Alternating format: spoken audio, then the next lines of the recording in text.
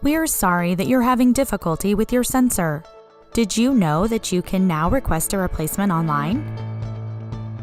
To submit a replacement request, go to diabetes.shop and log in. If you have not created an account yet, you can do so by clicking here. Once you've signed in, select Request Replacements.